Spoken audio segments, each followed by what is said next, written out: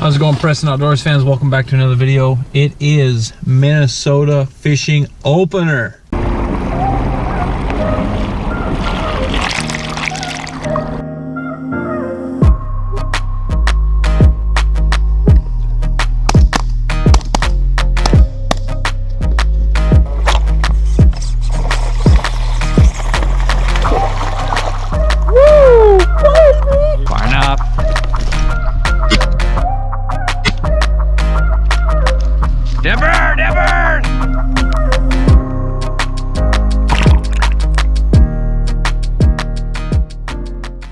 Alright, current conditions are 20 to 30 mile an hour winds out of the east-northeast.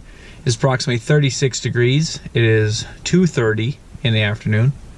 And it has been snowing, sleeting, and raining all day from about 7 a.m. on. So, luckily the ramp at this lake is on the north side, so we've kind of been protected or whatever, but we're going to try and go see if we can catch some largemouth. If you don't know, or if you know, whatever, I'll go over it. Minnesota closes towards the end of February. All fish are off limits except for panfish, so pike, walleyes, whatever else. Until today, pike and walleye and a few other species become, you're able to target them and you can keep them. Where bass, you can target them, but it's catch and release season only for 2 more weeks, and then you can keep them if you want to.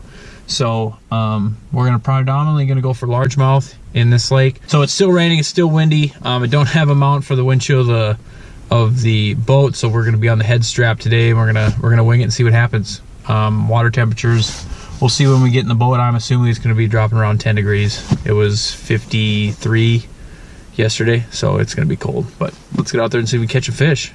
Well, it's misting, and according to the graph here, 51.1, so that's only a 2-degree decrease on the main lake here from what it was yesterday. So it's windy.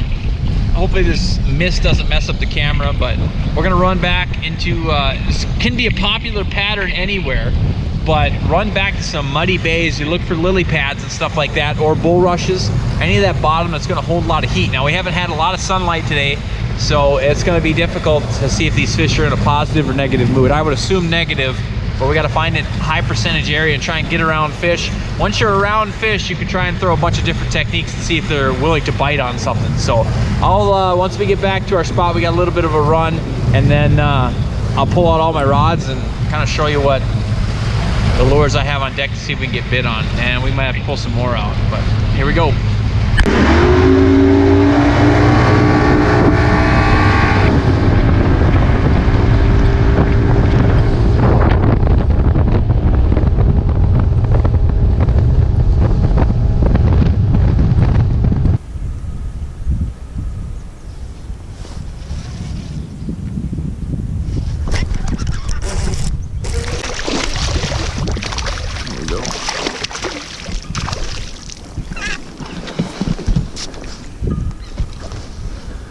Alright, switched it up after I lost that through the jerk bait a little bit, nothing.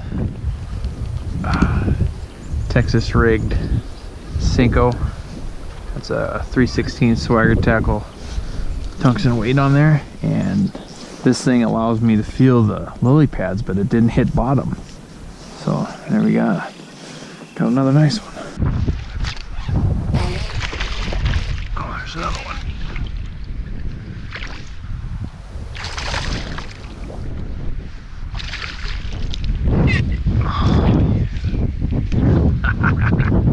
That Cinco, man, just smacked it.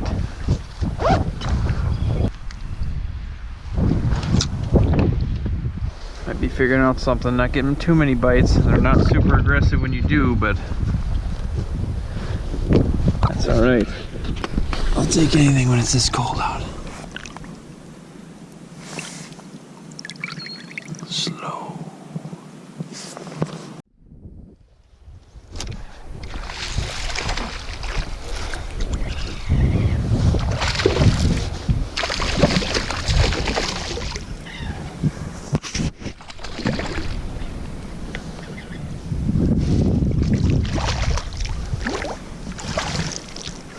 Oh.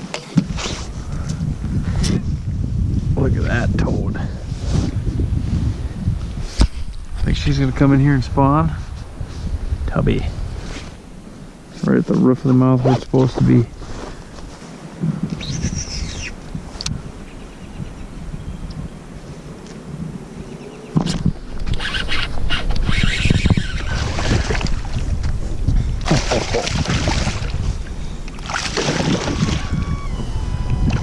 Oh yeah.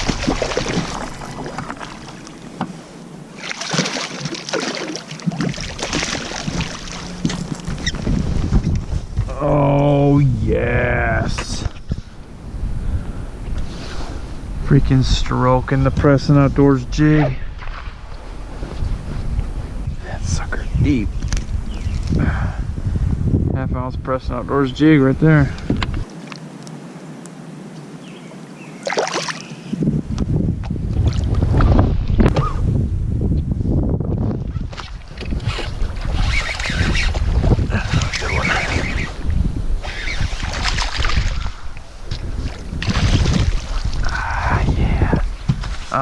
Yeah. Now we don't have to be as finesse. Boom, baby.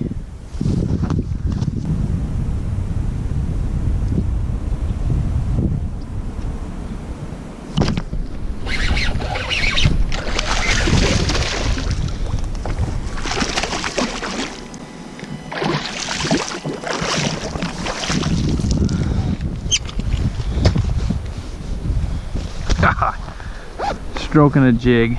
That is my favorite way to catch them, I think. Maybe besides top water. Homemade jigs. Think about this all winter long when I'm ice fishing. Greenies on jigs, baby. See ya, buddy.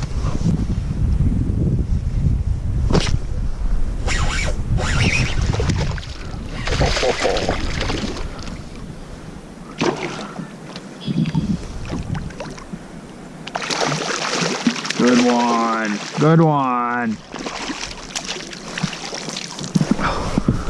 Oh, baby. Freaking stud.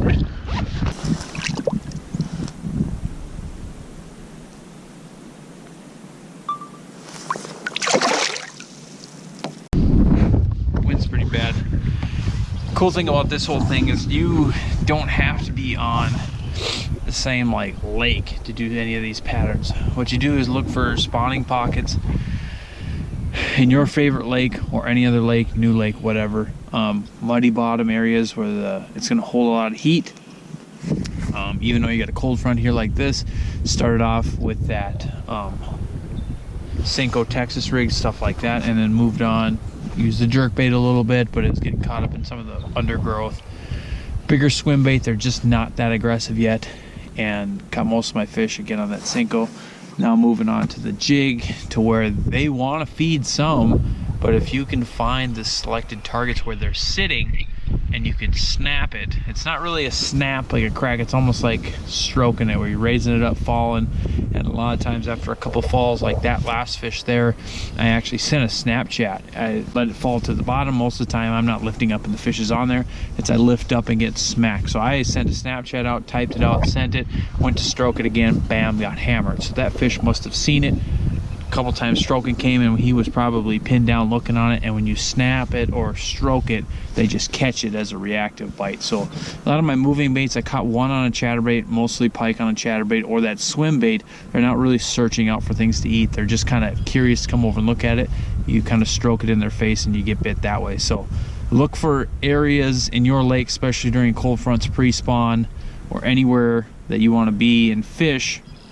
You can go ahead and find some bass there, and don't be afraid to start off with some of your more favorite active style fishing to see how they are, then gauge down from there. I did the opposite today. I went kind of finesse first. After I caught the one on the chatterbait, went finesse first, and now working back into my more of my comfort zone. So see if we catch another one.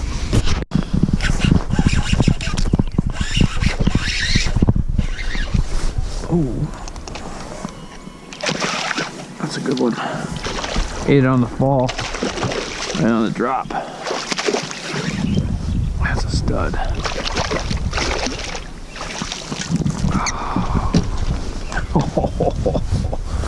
Oh my gosh.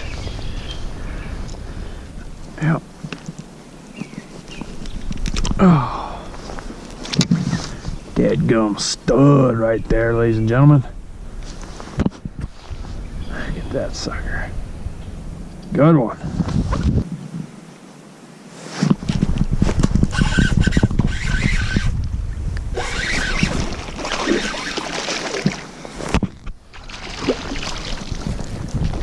There we go. Been a little slow. That wasn't even a bite, I just felt them. Got 10 minutes left before we gotta get off the lake, so get another one. Chunky fish. All right, folks, that is the end of the video. Like I told you at the beginning, the two most dominant, I guess, combos you could say we're gonna go over a little bit. Briefly, of course, but one thank you guys for watching. Again, any of your lakes, any of your favorite lakes, bass lakes, if you get a cold front and stuff like that, they don't necessarily leave during the pre-spawn. They just kind of push off and come a little bit more lethargic. So stay in those same areas, muddy bottoms, lily pads, stuff like that, bulrushes, cattails, those kind of cover where they're normally going to go up and spawn. Find the nearest deeper water. It may be only a foot or two deeper from where they want to spawn, but that predominantly that muddy bottom is what's going to keep your heat. So right away, this morning we threw a lot of stuff, chatterbait, jerkbait, stuff like that, got a few bites. But what really got us our first key fish was a Texas rigged Cinco with a 3/16. This is a 3/16 ounce Swagger tackle tungsten weight. In the description and below on the screen, you'll see a promo code if you want to save some money and get some Swagger tackle. The rod, of course, if you've seen any of my videos or any of my social medias on Facebook and Instagram, you will recognize this rod for sure. This is the KastKing G2 7.4 heavy action rod. My favorite rod that they make. Very, very useful and can do a lot of different techniques on there. Of course, my favorite reel that they make is the Speed Demon, the KastKing Speed Demon. I have 20-pound KastKing fluorocarbon. You could have done braid, I believe. They're not that line shy early in the year here, but I had fluorocarbon on there as well. And then mostly got my bigger bites and most of the fish later on. I think you still catch them with the Cinco, but I like catching them with the jig. This is my, it's missing a craw there, but this is my Preston Outdoors, or my homemade half-ounce brush jig in a fire craw pattern skirt there, and my homemade craw trailer on there. It's only got one claw on there because of a pesky bluegill. And I told you that rod was a very, very versatile rod. And as you can see here on this one as well, we have the KastKing G2 7.4 heavy, and I have the KastKing Speed Demon Pro bait casting reel on there. This is the KastKing Cast Pro braid. It's a 40-pound braid. Flipping around there, like I said, you could get away with braid if you wanted to in there. So also in the description and in the bottom of the video here, you'll be able to use a discount to get save some money on some KastKing products if you shall choose. So hope you guys enjoyed. Thanks for watching. Don't forget to click that bell icon and subscribe to the channel so you get a notification every time I upload a video. Hopefully going to be doing some more fishing here now that it is summer. And also, if you guys want to leave a comment in the description, let me know what you like about the videos. Maybe you like how I go into depth on patterns and areas and talking about my setup, stuff like that, or something else. So I want to thank you guys for watching. Tune in next time to Preston Outdoors.